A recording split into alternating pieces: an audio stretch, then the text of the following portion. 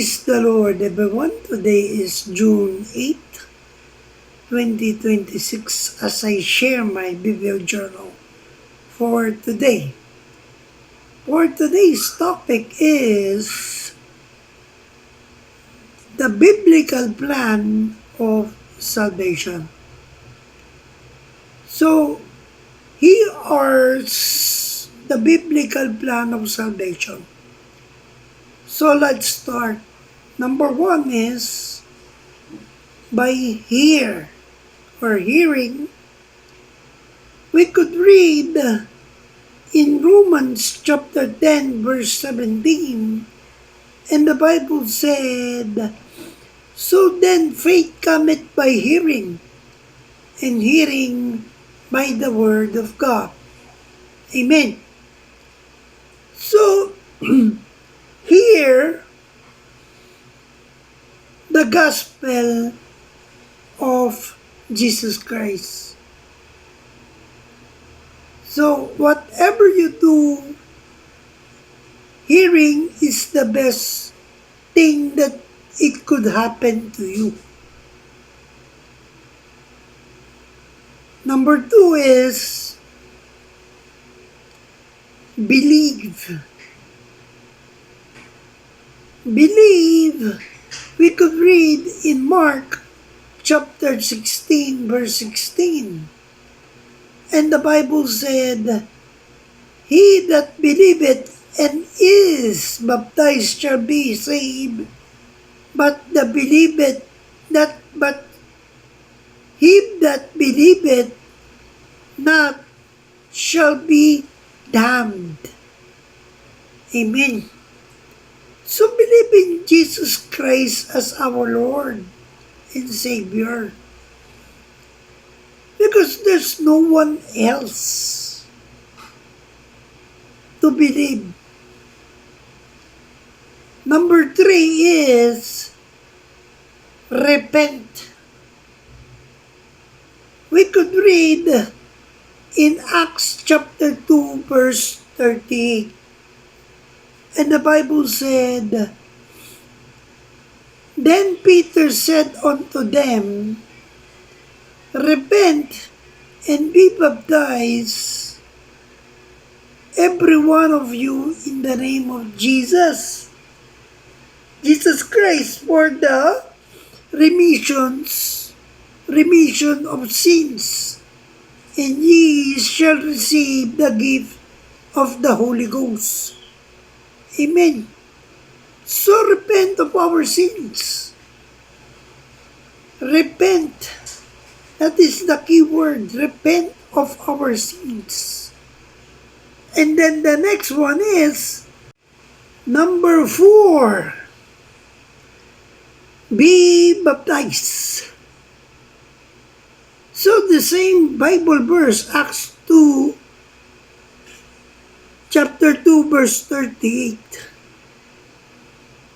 As it mentioned, is repentance. And we should be baptized. So, be baptized in the name of Jesus Christ for the remissions of our sins. Remember, it is repeated twice already that the common biblical plan of salvation is to receive, and it is to repent. It's to repent and be baptized. Because once we do that, it will follow number 5 is receive the Holy Ghost. Again, it is mentioned in Acts chapter 2 verse 38 that then Peter said unto them, "Repent and be baptized every one of you in the name of Jesus Christ for the remissions of sins, and ye shall receive the gift of the Holy Ghost." Amen. So God will give us the gift once we repent and be baptized, that we will receive the gift of the Holy Ghost. So, it is mentioned that God already gave us a gift when we repent and be baptized. Amen. And then the next one is,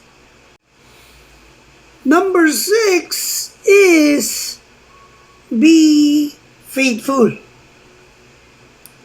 We could read in Revelation chapter 2 verse 10 that the Bible said, "Fear none of those things which thou shalt suffer.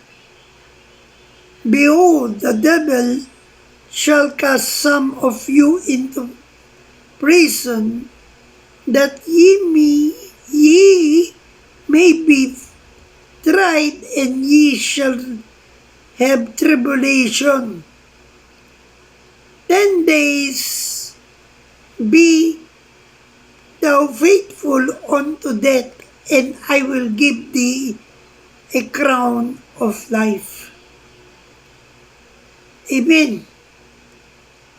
So,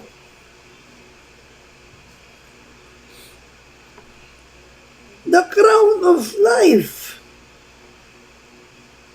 So we should remain faithful unto death.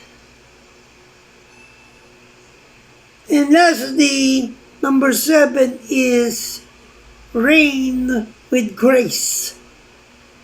We could read in 2 Timothy chapter 2 verse 12. And the Bible said, Ang chismosa namin "Offer the suffer. If we suffer, we shall also reign with him. If we deny him, he also will deny us." Amen. So, overcome and reign with him forever.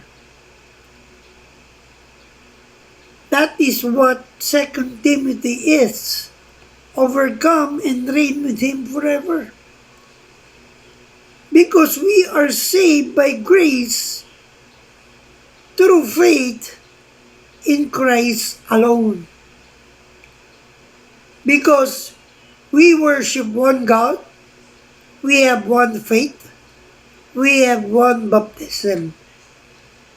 That's why it clearly mentions Acts 2, chapter 2, verse 38, 3 times on the biblical plan of salvation.